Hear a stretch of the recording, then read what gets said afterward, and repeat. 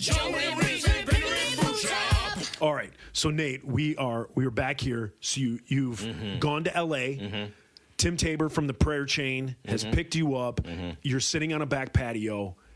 Bring us back At to our that. Airbnb. At your Airbnb, And within 2 minutes of being together, we are. Well, I would say, regardless of like our history, we're having like one of the most deep conversations that you can have as far as like vulnerability and like just sharing like deep heart stuff. But we hadn't talked like in years. yeah. And So the in and out is getting cold because you're. no, Dick's church. That's it. Yeah. Oh yeah, that's his thing. Yeah. And so like, so that's an interesting situation where, so for me, I'm sitting there going, hey, in my head, I'm like, I'm always this guy. Like 24/7, you can contact me anytime. Why do I, why do I need to come to LA, be at this Airbnb in order for Tim to see me as who I am in that moment, which is somebody who's walking with him through some crazy stuff. Well, it was like this moment where I'm like, oh, like he still sees our relationship in this context. Yeah. Of Nate comes to LA, we hang out, like we share all sorts we pray for each other. And it's not inauthentic. It's actually authentic. But it's like it's caught in this old pattern of like tour life. Of like, oh yeah, come on. So, so if we had practice here tomorrow for the Insiders. And you showed up, and Michael Lloyd, like whoever, John Miller, whoever, we would immediately step back into whatever like the last role we had. Yes. Yeah. And so like I think that's fascinating, and that is connected for me to like this whole like span of my life where I feel like I have lived disconnected from anyone involved in the Salvation Army. I've lived disconnected from anyone really involved with the Insiders. I would say that if you had been a regular at the Divine Cup, you would say that you had the same experience. We're like, dude, I used to sit at the counter every day and we talked and blah, blah, blah. And then I've never heard from you. I can go through and I go, oh yeah, there. And this, I can pull people close and get like, I laugh at the idea of the commune, but it is that, isn't it? Yeah. Like, it's like, no, like I can speak to people in a way that they're like, okay, yeah, I'll go into battle with you. Yeah. And then I'll get to like a spot. I don't recognize it, or historically I have not recognized it, but it's been a part of my therapy of being like, oh, that's interesting. I see a pattern in me where, and Insiders was a part of that. It was one of the cycles. And then like relationally, there will be all of these, like, it's only my version of the relationship. Like, because I haven't been able to go back and do follow up. Like, hey, Right. And so that's just been, and I don't know if that's because I'm, in my 40s or whatever, but like it's something that I think about like pretty regularly, like maybe 3 or 4 times a week. I'll like somebody's name will come to my head. And I'll be like, I wonder what they think our relationship is. Yeah. Because like, being a pastor, like one of the things that they say is like the loneliest person in your church Is you. is the pastor. Yeah. Yeah. Yeah. And so like Bo and I work together. We don't hang out. Okay. We work together. And like that, there's a difference. Yo, there's definitely a difference. Yeah. Now, do I love Bo? Absolutely. Would I go into battle? Like, absolutely. Yeah. But because we work together, there's actually probably a healthy like separation that needs to be there. But I think most people on the outside would be like, oh, they probably hang out all the time. Right. I mean, because I think you guys do. So, like, in my mind, you guys hang out all the time. No. You work together, you hang out together. You guys are best buddies. No, I'm home most nights. Yeah. Yeah, me too. But I got really into well, football. I got really into football Really? this You year. did? I don't know why. Really? I have a fire and watch football. Like, I think also like, I like your question around the pendulum and finding balance. For me, that has been actually welcoming and embracing my introverted self. Okay. Because so like touring, that's all extroversion. Yeah, Like, you're just exhausted doing it. yeah, but it was like, it was a high. You know what I mean? For me, that was like, amazing. Working like in the Salvation Army Harbor Light, like in the, it's like the largest homeless and recovery center the Salvation Army has. I was, on staff there in Minneapolis. That's like an adrenaline rush every, hour. You have like people getting stabbed. You know what I mean? Like, it's like craziness. Mm-hmm. But it's like, oh, I'm doing God's work, and like, it's crazy. But it was like, well, everything was extroverted. And then like, owning a cafe, same thing. Like, it's all about like, you're putting on the show. Yeah, and for you're doing sure. the thing, blah, blah, blah. And I think that like, I kind of drove myself to a really like unhealthy place where so it's really sad, but like, so we're a foster home and we've had currently we've had 14 foster kids come to our house. And I have realized with each one of them that I missed my kids growing up. Okay. Because I worked. Like, I was working. Okay. Or I was with the entourage. I was putting my time into these things that were like, oh, we're going to change the world, or we're, doing this thing together. And like, so did you become what you hated? I think I did. Did you? Yeah. And I think that's partially why I like bottomed out and had to be like, I don't know who I am. Yeah. And I don't know what I'm doing because this is not okay. Like, and like, I mean, bottom out for me was like, we moved to Minneapolis and it was amazing. And it was like this adrenaline rush. And we had our third kid there. And like, I was never home.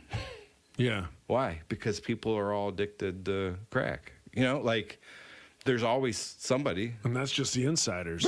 You know what I mean? There's always Cooking up meth. There's always somebody Yeah. to save. Yeah. And here's my wife at home raising these kids. Doesn't know anybody in Minnesota. Yeah. Except for my parents. Yeah. And it's like, I came back from that, and then like my identity was like gone. Like, I didn't know who I was. I didn't know what I cared about, and it took me a while. So are you in a place now where you're like, are you in a place now where you are home, like you're with your kids, you're enjoying the success? I know Rome is a musician in his own right. I don't know what your girls are doing, but are you in a place now that you've found that happy medium? Is Tina happy with the husband that she has? I mean, I battle it every day. I battle people pleasing every day, but I'm more equipped. And I say, it's like I need a high hurdle to say yes, as opposed to I would have needed a high hurdle to say no. Oh, yeah. That's flipped. I get that, yeah. And so I will say no first. And then I'll go, oh, hey, you remember when you asked me to do that? I really do want to do that. Yeah. Because I want to, because my instinct is just to say yes. Yeah. And then it pulls you out of the house all the time. And It's funny because just the dichotomies in our relationships, and unfortunately you're a part of me changing who I have one of those old cliches, like there's Alice Cooper, but there's Vinny, whatever his name is. There's Marshall Mathers, but there's Slim Shady. I feel like there's Joe Yerke, and then there's Jerk Yorkie. There's Jerky. And I feel like by having this alter ego of Jerky, I get away with a ton of crap. And there's just a lot of stuff that I can do and get away with. And it's like, I'm in the jerky mood. Like, and I can write it off as that. And what's funny is it started... I know the genesis of this alter ego, and we were in high school. Okay. And I've talked about it on this show before. We were in high school, and you were like, "Hey, I'm gonna come like pick you up at like 4 o'clock." Me and you were gonna go somewhere, and you were like, "I'm gonna come pick you up at 4 o'clock." And 4 o'clock came and went. And I sat in the living room, and my grandma's like, "Hey, you want me to make you dinner?" And I was like, No, Nate's gonna pick me up. And then it was 4:30, and this was before cell phones. Then it was 4:30. You got around a landline and you called me and you were like, "Hey, I'm on my way. It's probably going to be 5 o'clock. 5 o'clock came and went. 6 o'clock came and went. Oh, my God. 7 o'clock came and went. And it was during that time that I was always a people pleaser, and I was always I can't say no. And that night, my grandma made food. I watched everybody eat. I watched everybody clean up. The dishes got washed, got put away. It went from light out to dark out. And it was just a simple choice at that moment where I was like, I will never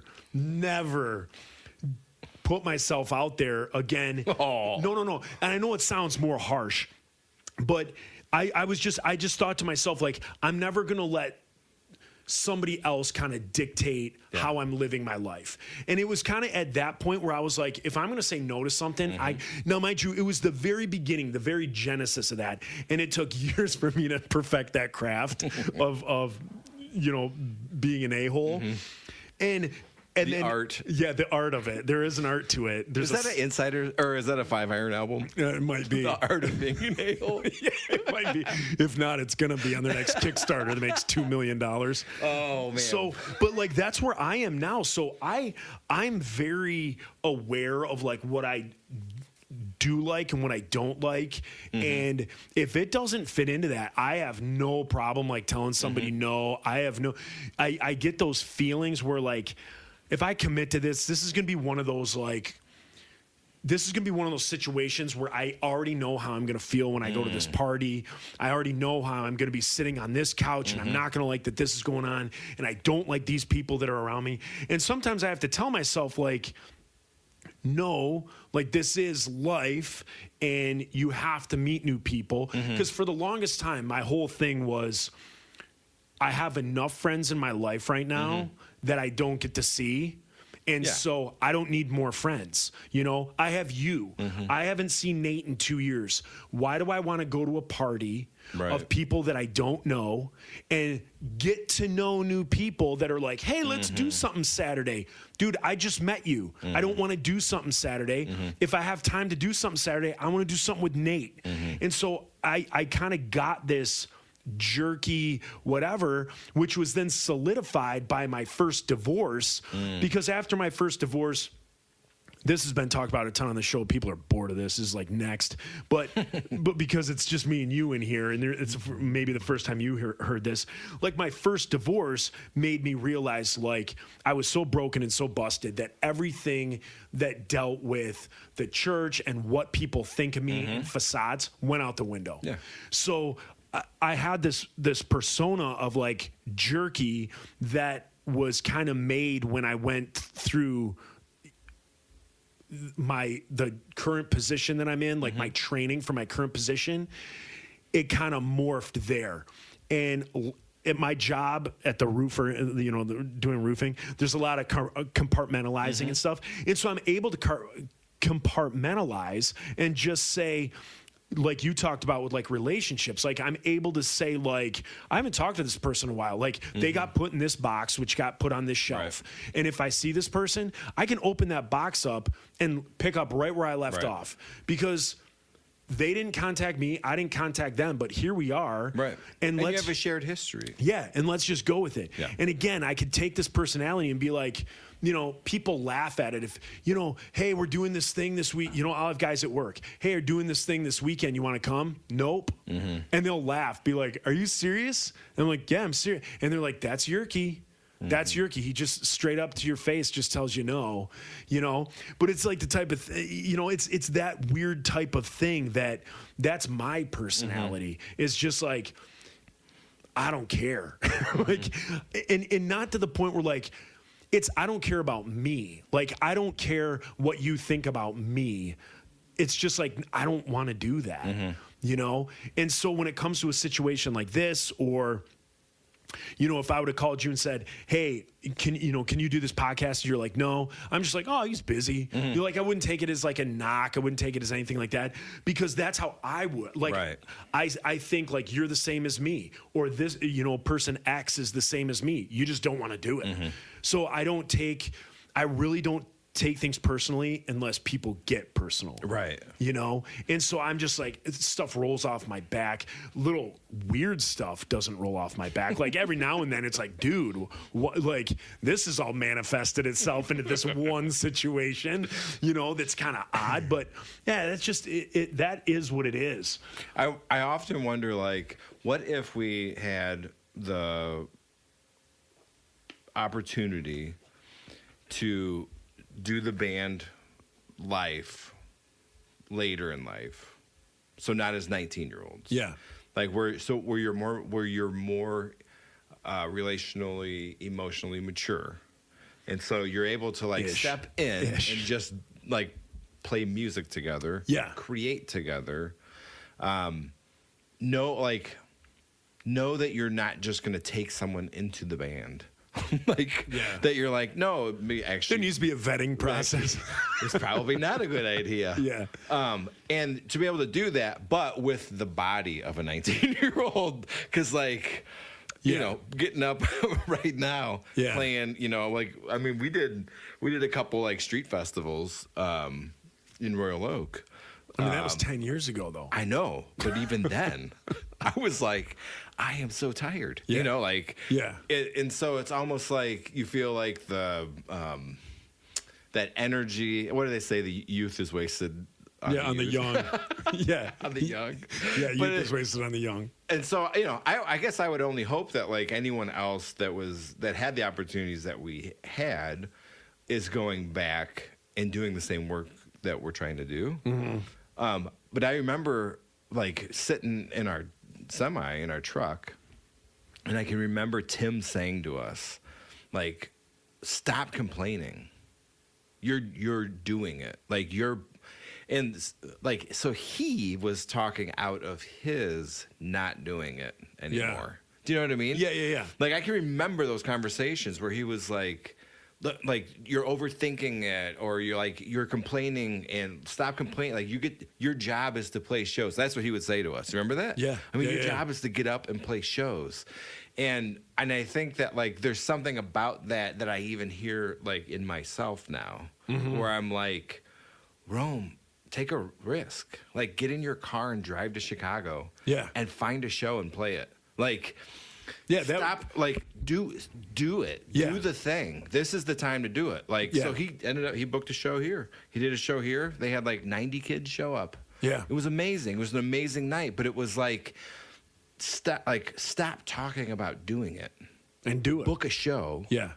And get it under your belt. Yeah. And then from there you can be like, oh, okay, so remember when we played that show? Yeah.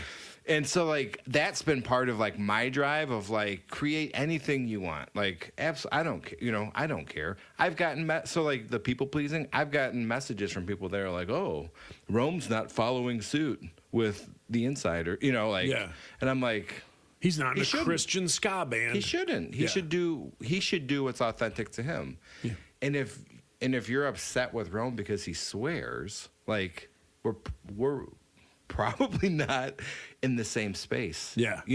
And so it's been cool when Ryan Richardson, our Canadian barrister. Yeah, our Canadian lawyer. On retainer. Sends me a message like, dude, Rome just dropped a new single. It's so good. And I'm like, yeah, that's awesome. Like Yeah. Ryan gets that, you know, and like, Yeah. so I don't know. That's just kind of an interesting piece for me. It is because my mom was always the one who pushed. If I wanted to dye my hair blue back when I had hair, my mom was like, awesome, because it can always grow back. You know, when I got my first tattoo and it's like, what's your mom gonna think? My mom's like, awesome. Like, that's so rad. Even to this day, like my mom still is always like, yes, do it, do it, do it.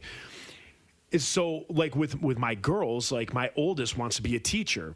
Well, we went to Hawaii and she's like, Dad, I love this. She so much fell in love with Hawaii. This is the God's honest truth. She so much fell in love with Hawaii that she says that she identifies as a Pacific Islander. So when she fills out applications and it says, what's your ethnicity? She puts Pacific Islander because she says Hawaii is within her soul. So I told her, I She's said, gonna get like some interesting scholarships. yeah, offered to her. exactly. So I told her, I'm like, if you want to live here, make it happen. Like, go to school, become a teacher. You're gonna get you'll be out of school by 23, 24 years old. You get a plane ticket. And when we were in Hawaii, we went to the Maui Salvation Army, and we were there one Sunday, met their congregation of 12 people, and there's one lady, like Grandma Susan or something like that, that they were like, oh, where are you guys from? We're like, Michigan. Started talking. She has a house. She lives alone in this house up on the volcano, like in this in like the beautiful up country. And so I was like, Ella, you could stay with Grandma Susan. Right. Give yourself 5 years. I'm giving myself 5 years to do this. If you fail, you're 29 and you come back to Michigan and you get a teaching job. But if you succeed, if you meet the man of your dreams, if you meet whatever, you're living in Hawaii. You don't need to live in Michigan. And her mother tells her a different story. Well, you can't move away. You can't do that. She has to live her life. And so I've always been pushed by my mom. And so I'm doing the same thing with like Ella, like in exactly how Tim told us, like, don't whine about this, just do it. You're doing this. And that's what I tell Ella is, like, don't worry about all of this. Just go do it, because you don't want to be 44. Right. And you didn't do it. You didn't play the Olympics. You know, like, you want to be able to do that. Yeah, absolutely. So let's stop talking about therapy right now. Let's get into some funny stories. I want to ask you, because we ask everybody this that comes on the show, all two people. We've had Ethan Luck, and we've had Chaka. God. And so we always ask with, and me and you are famous for, okay, so here's the first thing. I have two things I want to ask you. So the first one that we usually ask everybody, what's your worst pooping story on tour? What's the worst? Because me and you have horrible digestive systems. So I'll say the Atkins diet was not a good decision. And that was going to be my second. In many ways. That was going to be my second, because I've told this story from my point of view. Which one? Phoenix. Oh, Phoenix. Where you took me in a back room crying because you thought you had a cancerous tumor hanging off your butthole. Right. And I had to look at it. Well, you were only one of two people that were willing to look, right? Yeah. Well, no. I wouldn't go that far that we were willing to look. We did it because you roll with your boys, right? I wasn't going to do it alone, so I roped Johnny into it too. And then we made Johnny wrap his finger in paper towel and flapped at it like a speed bag in a boxing gym. That was my innards. Yes. So that was not supposed to be outside. So that's so tell this story. Tell your story. The lead up to that is the Atkins diet and touring in the summer. So like I don't think people understand when you go to, I don't know, a farm in Illinois or Pennsylvania and you say, "Oh, I'm going to make this a festival." There's no bathrooms. And so artists are also using the porta potties. Yeah. So it's not like, I mean, there might be a random spot where there was like a green room with an actual toilet. Yeah. But by and large, Or you had to go into Macomb to the hotel. Exactly. Every time So, you had to poop, you had to get in a shuttle and go 45 minutes. if you know, so consider you're on the Atkins diet, and part of my experience with the Atkins diet was extremely processed foods, because we would hit a truck stop, and we'd be like, oh, I'm gonna buy all of these, Slim Jims, or all of these like beef jerkies and cheese and pork rinds. Yeah. And so you're like, that's not the Atkins diet. Atkins diet. That's not is like- keto. No, that's not keto. That was Atkins. It's just poor decisions.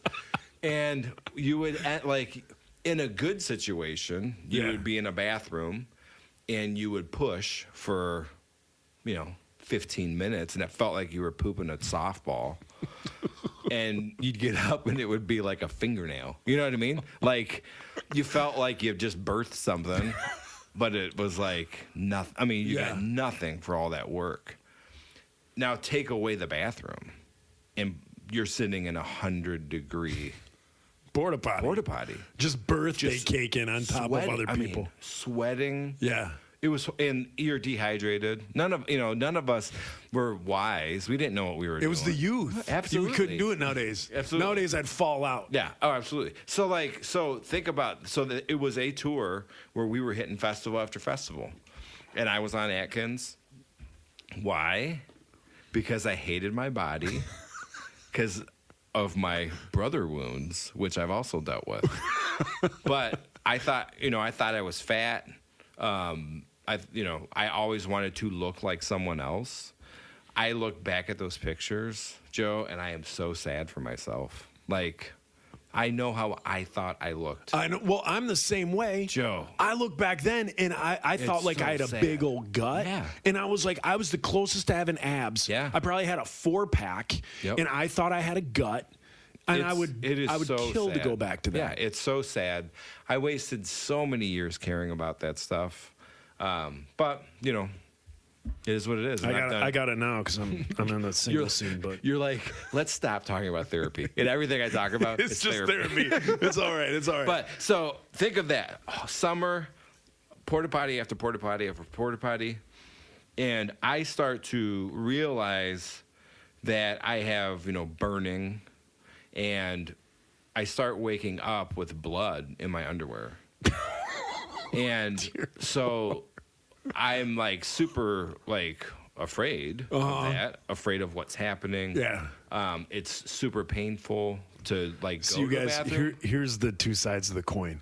I tell this funny story a month ago, and now we're all in tears No, it is funny because you've been spotting. It gets so funny. Okay, here we go. I end up in a bad spot, and I'm like, something's wrong. I can feel something outside of my Oh, the pink Butthole. sock. The pink sock. And it's I would clean, and then I would kind of pat and touch it, and like be a turkey neck. Yeah, what is this? Like a turkey gobbler. Which led me to I need someone to look at this. I'm there for you, buddy. I need someone I'm to there. confirm Yeah. that I am touching something. Because there wasn't a lot of feeling in it, but if I touched it in certain spots, it was like a jolt. You know what I mean? And so I remember you and Johnny being very brave souls and being like, yeah, something's wrong. Yeah, You're like, yeah. there's something wrong Yeah, there. yeah. And so we ended up in Phoenix. And we didn't play Phoenix very often, actually. No. So it was a pretty big show. And I remember talking to Johnny and being like, I don't know if I can play this. And him being like, we have, Yeah. we have to do it. And I will have a van ready. Is when the set is done, you walk off the stage, we'll go straight to the emergency room. Yeah. And I'm like, it's the only way that I can. And you had do to it. sit on a cooler. So we go and do sound check, and I'm like, I can't, Johnny. Like, I can't sit. It's like I'm sitting on bagpipes. I mean, it was just so painful. And so Johnny is like, which is just great because it's classic Johnny. Well, how do we fix this Yeah. and get paid? Yeah, find me some shears. So he finds an igloo cooler. Find me bolt cutters and bend over. Igloo cooler takes the top off. Uh-huh. There wasn't ice in it, but Right. but there wasn't pressure. And so I'm basically straddling the cooler in order to keep the baboon butt like from having pressure. Yeah. Because pressure meant blood. Oh. Yeah. Oh. And so we play the whole set. We need to have a shirt that just says pressure means blood.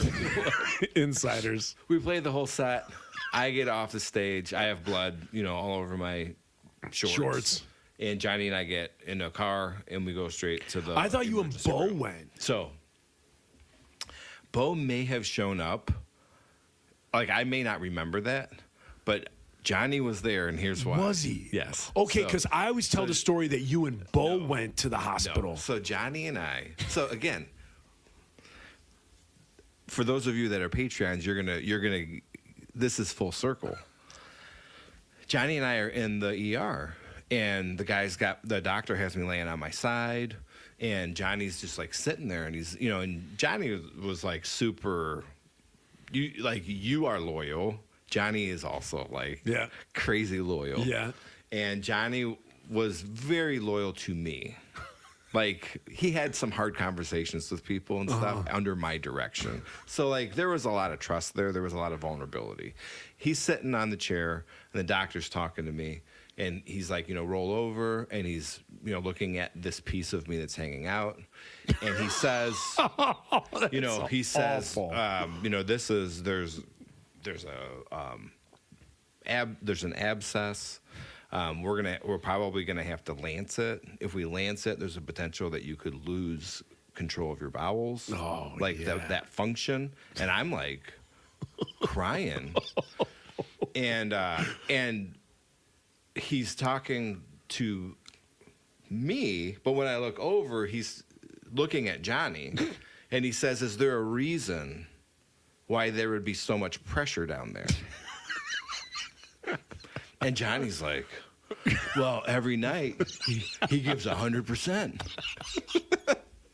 He just gives and gives and gives. None of us have a grid for LGBT community at all. Yeah. And so he's asking Johnny why I would have so much pressure Yeah. in that area. Yeah. And Johnny's like, it's been horrible. And, and Johnny's like telling him the whole story. He just beats those skins every night. At this point, at this point in history, there are LGBT couples that would be fighting for the opportunity to sit in the ER with their partner. Right.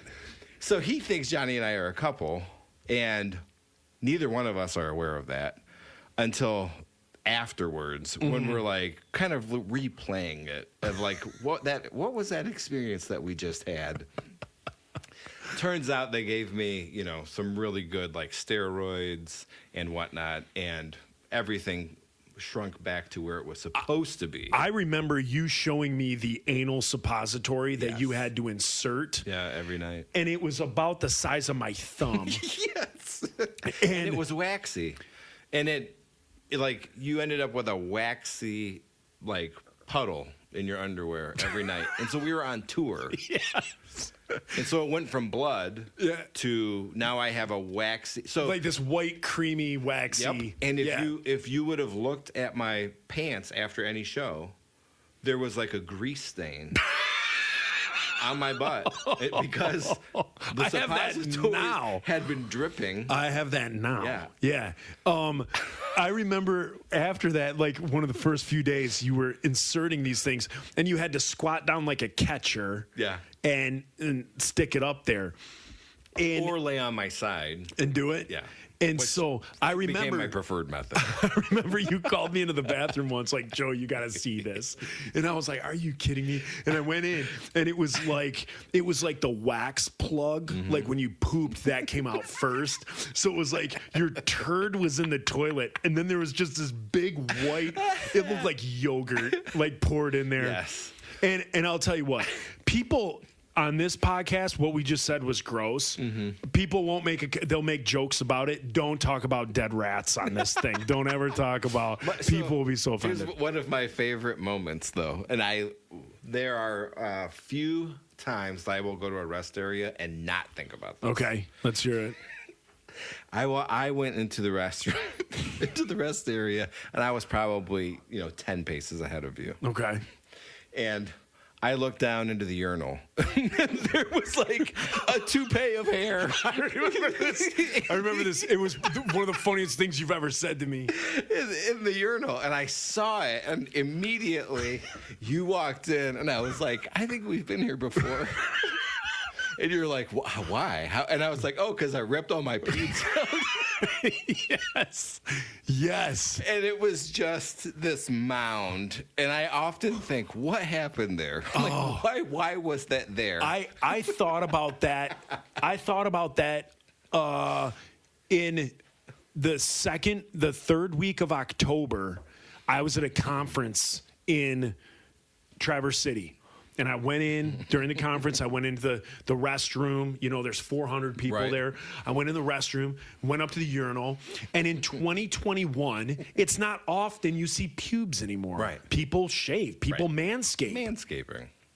And I went up to the urinal, same thing. Not as dense as what it was when me and you saw it, but it was sprinkled. It was salt and pepper down. And I was like, I looked at the guy next to me, and there was like the little divider. I go, no clue who this guy is. And I go, dear Lord, in 2021, nobody has pubes. I was like, there are so many hairs. And I look over, expecting him to laugh, and he was like, get me out of here. I don't even think he shook it. I just think he I'll deal with the fallout. And just booked it. And I was just like, dear Lord. And I thought about that, and I was dying laughing. I mean, tag teaming was also a tradition. Yeah. And we would get excited about how many people could tag team. Yes. We'd be like, there's 4 stalls. Those 4 stalls, dude. We're all in there. Now, I do remember one thing you always like to do. You always like to do the initial wipe and then show underneath the partition. Well, it's a community shared experience. Oh, my then. gosh. That was always something that I'm like, oh, we're tag teaming. But Nate's next to me. And I was always like, oh, should've been one no. over. I know. I should have picked it better. That's funny. That's real funny. I mean, I also am the one that would like to poop with the door open. I wouldn't wanna be alone. And you take your clothes off. Well, I have, yes. You always have. You're an It's ankle. true. It is true. Your pants are always around your ankles. My But I pants do never go often take past my my shirt off as knees. well. My when I take a dump, my pants never go past my knees. Do you remember? Yours are always around your ankles and your shirt's off. Do you remember the moment at the 501? We had a rehearsal, and I opened up the bathroom door, and one of the guys from the band was standing in front of the toilet, but not standing facing it, standing with their butt facing it. And they were like, "Oh, shut the door! I'm pooping." And I go, "But you're standing." And they were like, "I'm wiping." Oh, I do I remember was this. like, "But you're standing." Like, I'm going to say it. Kyle. Kyle was a stand-up I couldn't pooper or get a stand-up over it. wiper. I'm like, "But you're it was like my brain could not register. Why are you standing right Yeah, now? he's a stand-up wiper. Oh, man. And I to this day, I don't get it. To this day. You learn so many different things when you're touring that you're like, I would have never had this experience. Yeah. I would have never been exposed to this. There's something. This is kind of a funny but not funny little thing that all these years later, being a parent, having kids, that I want to apologize to you for. I'm sorry when our tire exploded and a metal shard ripped through the bottom and flew past your head, that we didn't take that more seriously. Like to this day, like. Yeah. We blew a tire and a piece of the truck, like a metal piece. Your bunk was on the bottom. The tire blew, and a shard of what do they call that? Shrapnel.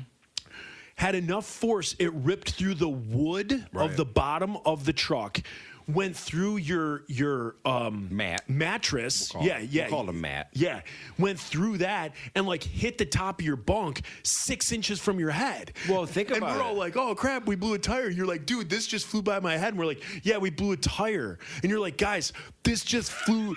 It flew through the truck in and it hit, and we're like, where can we get a tire this time of night? And like, In this. yeah, you had this near-death experience, and we were just like, dude, it interrupted me playing Madden at 2 a.m. Bond. You guys always played Bond. Yeah. Oh my gosh. Or the wrestling game. The Bond. Yeah, and so I need to apologize to you all these years later for not It was a traumatic experience. not being more Think about concerned. that though. Like that tire was probably going like 80 miles an hour in its revolution. Yeah. And it's a semi tire, so it probably had all of that steel cable in it. Yeah. Like, I mean, Yeah, and I That's could terrifying. not imagine. I could like to this day, like even now at age 44, thinking about that, I'm like, you could have died. we could have died almost any day. Do you remember when Reggie took us off the cliff? The 4 foot, we're in that truck. He took us off a 4 foot drop, and that was the last time. That was the last time Reggie ever drove that bus. Oh, Reggie. We had a plane ticket for him within 11 minutes. Background check. Yeah. Right? Like that's if we were going to do it now, that's something I would institute. Like let's not hire anyone unless we do a background Let's not check. hire anyone the Supertones tell us to hire. Right, And yeah. then snicker. Like they give us the number and then we Or- see their like shoulders Let's shaking. not hire anyone that has a restraining order from other artists Yeah. Yeah. that we're Yeah. potentially going to play with. Yeah, that's not good either. Now, I do want to take it back to like the guys. I want to come. We're almost getting toward the end here. I want to get to where you had talked earlier about nowadays. You don't know how you would handle if I picked up what you're putting down.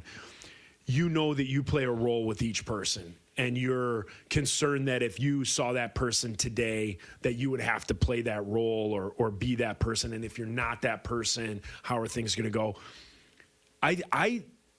I love that. I love being in those situations where I haven't seen Bram in forever, and I can talk to Bram and never bring up the insiders. Like that's what I try and do. I try to not talk to people about that stuff. And Bo and I, You guys smoke meat together, right? yeah, which sounds weird in this LGBTQ day and age. Conversation. Yeah, but so Bo, who when he was in the band, Bo drove me nuts. And what drove me nuts about Bo is and this is a mean thing to say, and if he ever heard this, he would probably be upset, but I'd be able to explain it to him, Right. and we were all young. Around the smoke pit. Exactly. I always thought Bo was as smart as the last book he read, because the dude read more books than anyone I knew. You and him read a ton of books. And we would go out on a tour and he would read several books. And then you would just sit there and listen to him. He would summarize the book, or he would get very zealous and very hype on whatever the last book that he read was. So if he read Keith Green's autobiography or biography, then he was like, hey, what happens if we gave merch away? And we'd be like, no, no, read another book, Or it would be Here's like, a capitalistic bestseller. Yeah. He would read the Dietrich Bonhoeffer book, and then suddenly, like, he would want us to be put in these, like, horrible situations to see how we would come through. And so Bo always drove me nuts in the band. I loved him, and he was a good friend of mine, but he just drove me nuts, and I always felt like spiritually like I wasn't on his level. And I remember there was a time where you and him pulled me aside and were like, hey, we don't want you talking on, like, when it comes to in between songs, you handle the banter, we'll handle the preaching. And I was like, dang, like that's pretty bold. Like, Yeah. and so I was like, holy cow. That sounds like a horrible conversation. Yeah, it was. But again, I compartmentalize. And so I was like, okay, then that's what I'll do. Like, that's what I'll do. And I'll be the funny guy. yeah, I'll be the guy who does the banter and, you know, never, you know, says anything like that. And if before this song something needs to be said, then I'll let them.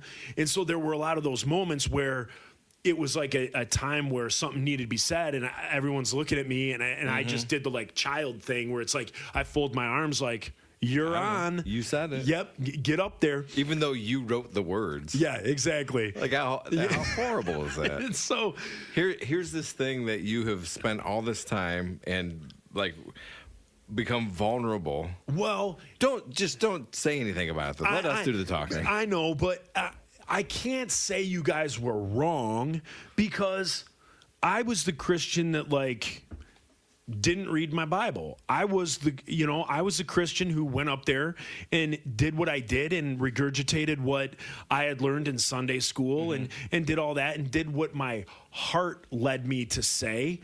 But I wasn't up there like versing scripture, remembering scripture, Sure. those types of things. So it's one of those harsh things that gets said to you, but sometimes we got to hear harsh realities. And so like that did make me think like, okay, well, maybe I need to, you know, read my Bible more. Like I need to know what I'm talking about, those types of things. So it was a hard thing to say. And like I said, it came up where I'd be like, all right, you guys are on.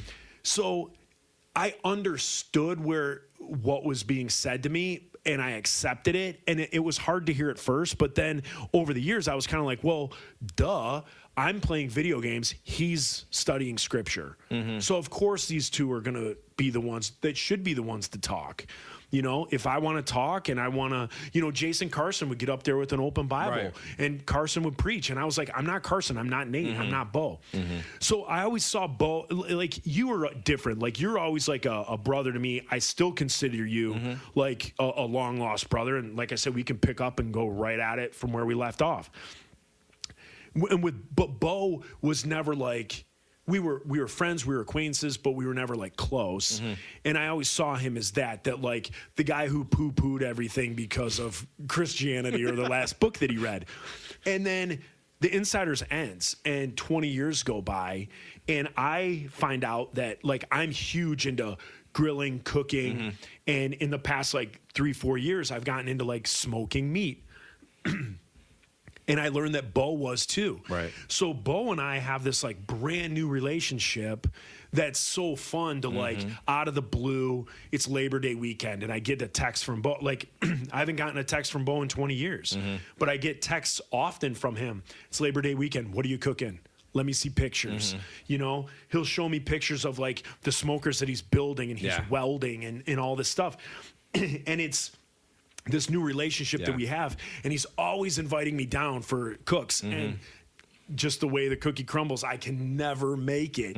But I'm always like, Bo, please continue. Like, if you have to invite me 25 times and I can come once. the 26th time, please do so because I want to. Yeah. And he's like, oh, Nate's going to be there, you know, whatever. And I'm always like, oh, I can't do it, but I want to.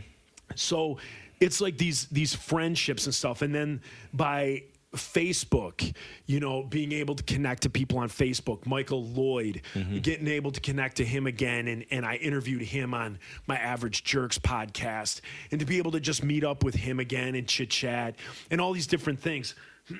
It's made it where, like I always said, there's certain days where you wake up and you don't want to be, you know, like you're not proud of the Insiders or you're not proud of what's happened since. Fill in the blank. Yeah, exactly. And then there's the times where, you know, you do connect with that person. You're like, you know, maybe enough time has gone by where, you know, to have everybody over at the house and make a plate of burgers and, you know, and do all that stuff. It's just fun to do again. And again, to get the stories and to hear the other points of view, you know, things of that nature. I told a story, I think last week on this cast where Bo had to poop so bad and we pulled over and the gas station was closed. And so he pooped on the side of the gas station and we were shining flashlights at him. And he was getting so angry that we were flashing flashlights while he's trying to like squat and poop behind this gas station. And he couldn't have scripted any better. And then so we're flashing and we're like, okay, let's stop. Let's let him poop in peace. And all of a sudden, a train comes around the corner and the light on the front of the train lit him up more than 60 flashlights on him could have done. This train light lit him up, cast his squatting shadow up on the side of this closed gas station. And it couldn't have been any better. Like, those are the things that, like, I remember that I'm like, Bo, do you remember this? Or, do you remember? And you just want to hear the other people's. Do you remember Bo and I trying to correct you on stage in San Francisco? No. Okay, so we fly in and we're doing a show in Concord. Yeah, which is San Fran. What was it? Frank Tate's place. No, but this was outdoors. This was like an outdoor festival. Okay. I don't And remember this. we're playing a set, and you're like, oh yeah. And so this was back when the hardcore kids would show up, and they would all have like working gloves on, like Okay. workman's gloves and like Okay. gas masks, like before COVID, but they would wear gas masks Before and stuff. Slipknot. And you say from stage, hey, look at this kid with his huge hands. Oh, I talked about this. Mickey Mouse hands. Yes. Yes. Yes. Bo and I Yeah. are looking at a different person than you are. And there's a kid there with workman's gloves on. And he's like a hardcore. That's who you're talking about. But next to him, or a couple over, there was a gentleman who had Special needs. Yeah, special needs. And we thought that you were talking about him. Right. And you look back, like you're like, oh, look at this. You make this joke, Right, and you yeah, look yeah, yeah. back, and Bo's like looking at me, Living. like, oh my, I can't believe he has just done this. Yeah. And like I'm like trying to get your attention, like, no, stop. Yeah. Stop it. But you think it's hilarious, Yeah. because you're talking about this hardcore worker kid that shows up, Yeah. gas mask, work gloves, blah blah blah. That moment for me is kind of signifies like a lot of the history, like the whole experience. Yeah. Where it was like We thought one thing was maybe- going on and it yeah, wasn't. Like, and also like Bo and I probably took things too seriously.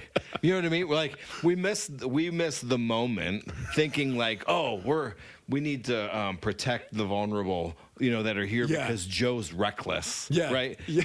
He's not allowed to drive. He's kicked into jerky. Yes. That's this alter And that's ego. actually not even what's happening. Yeah. And like that, that story for me is like so, just like classic. Yeah. Classic Insiders, and like I'm gonna, again, just how we're talking about all this stuff. I'm gonna tell you my slant of it is when I looked out, there was a third person, let's just say, and the person that I saw had his shirt off. Was just like a scrawny teenager with his shirt off who was wearing literally Mickey Mouse gloves, the white gloves. so not the workman, Not the gloves. workman, not the gas mask. Scrawny kid wearing where he must have been like shooting free Right, throws yeah. and won Yeah, 'cause these. I think it was at a theme park. It was at a theme park. And he had the white Mickey Mouse with the three black stripes. hilarious. And he's like, like doing his hands in the air. And I'm like, look at this guy with the Mickey Mouse hands. And then I turn around and like you guys, like the look on your guys' faces, I was like, what did I just do? And like I turn around and I like look. Did I step in it? Yeah, I like look and I'm like, the kid's like laughing and stuff. He's got these That- Mickey Mouse hands. oh my gosh. That two of his fingers had to fit in one finger to make it look like the four I think that I Mickey bought Mouse. them for my daughters. Yeah, so that's what it was. And then after the show, yeah, I just remember you guys not ripping into me, but you guys like, what are you doing? And I'm like, what? Like what? Like I thought I was gonna get yelled at for the usual, where I'd be like, man, I'd really like some Dippin' Dots, and then the fans bring 10 down, or I could really use a lemon ice shake up, Right. and 6 are at the front of the stage, and I'm having kids buy me stuff. No, it was. I really like a Supertones hoodie. Yeah, exactly.